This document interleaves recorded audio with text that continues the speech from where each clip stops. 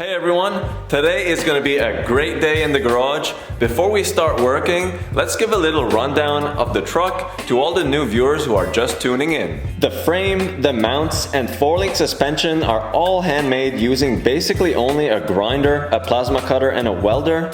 It's all custom except that Crown Vic front crossmember, since I wanted that lightweight aluminum with the sway bar and rack and pinion steering.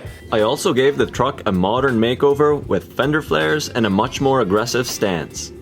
Best of all, it was built right here in my backyard garage. That just goes to show you don't need $1 million worth of equipment to have $1 million worth of fun. Throughout all my social medias, I've noticed that a lot of you guys really like the concept of the truck with the shortened wheelbase and the fender flares. That's incredible. I feel like the best is yet to come, and being able to bring you guys along for the journey is just icing on the cake. I really appreciate all the support on the channel, and for all the new viewers, consider subscribing, share with your friends, leave your thoughts in the comments below. With that being said, let's get right into the video.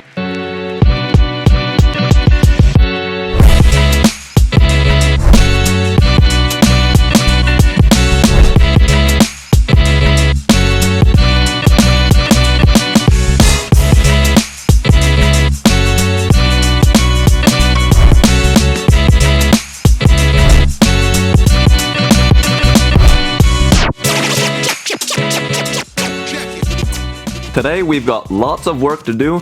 We have to finish up the roof, and then there's about another million things that need to get done as well. The first thing I want to tackle are the cab corners. They're in really rough condition. You can see that someone bronzed them in place, but they're super crooked. Let's take a look back in the past and see how they installed them.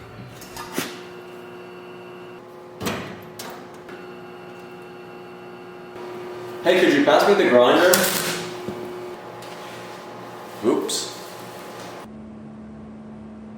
Ooh, it's kind of crooked, but it'll do.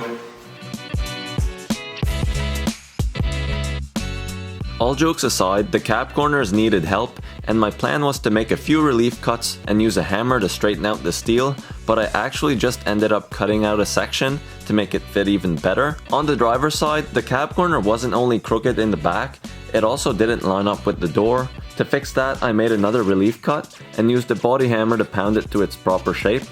After that, the door closed like a dream, so I welded it in place, and it only leaves this little rust hole that I need to fix, but I'm gonna wait and do that when I get the door centered perfectly. That'll be an easy fix down the road. The passenger side actually looked worse, but the process was essentially the same.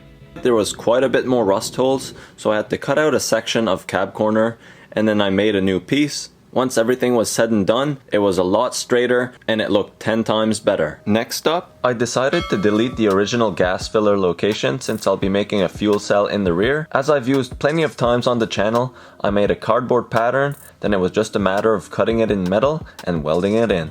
So here's the fun part. Fixing this old roof that's been sitting for over 50 years was definitely scary at first, but either way it had to be fixed. So what I decided to do was actually cut the top part of the roof off since it was already almost coming apart, and with it gone I knew I'd be able to get some rust preventative products where you can't normally access in hopes to keep this truck alive for years to come. I made sure to clean all the metal as best as I could before applying a few coats of rust converter, but that was only the beginning.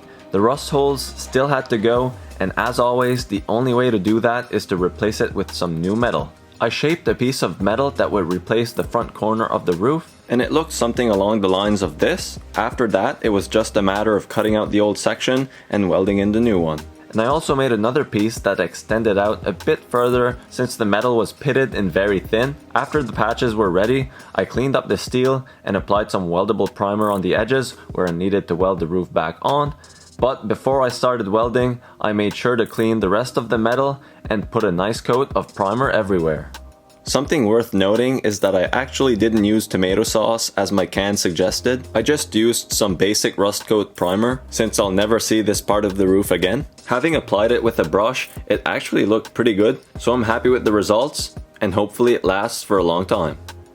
With the roof all primed and ready to go, I needed to make some new drip rails to have something to weld the top to. Again, I shaped a piece of sheet metal and then drilled some holes in it to spot weld it to the cab.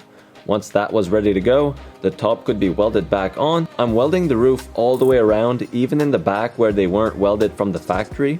I'll make a fake seam in the future. That way, I'll know it won't come apart or crack down the road. It was hard to imagine this top being solid again, but with a little bit of new metal and welding, this thing should last for quite a long time. If you've been watching the channel for a while, you'll know that I've always wanted to put this 6-liter in my truck. This is the engine I used to figure out how I was going to make the front of my frame, and I also used it to make my engine mounts. If you guys are interested in how I made my engine mounts, I made a detailed video showing exactly what I did. I'll leave a video link in the description. But getting back to the point, I'm actually not going to be installing that 6-liter in. My plan for it is to put some forged internals and make it reliable for some big horsepower. But right now my budget just won't allow me to go crazy with it as I'd like, so I found an alternate option.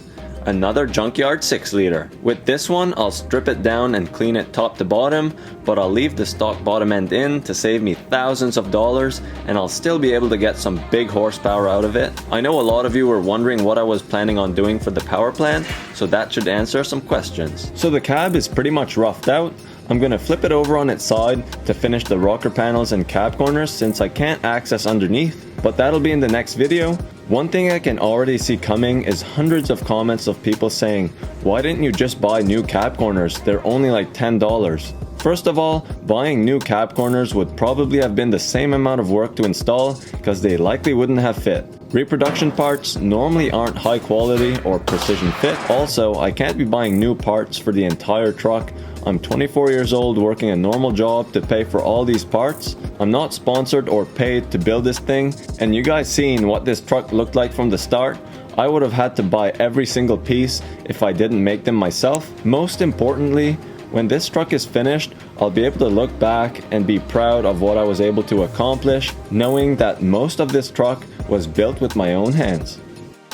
That about wraps it up for today in the garage, but I just want to brush up on one last topic that I know all of you have heard about by now. Ken Block, the biggest pioneer in the automotive world, has sadly passed away.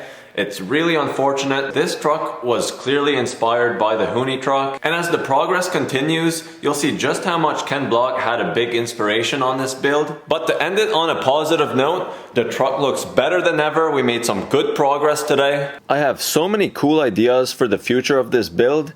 Every day I can't wait to get in the garage and work on some content for you guys. It's always exciting to see what you guys think as well, so leave your comments down below. Thanks for watching. I'll see you in the next video.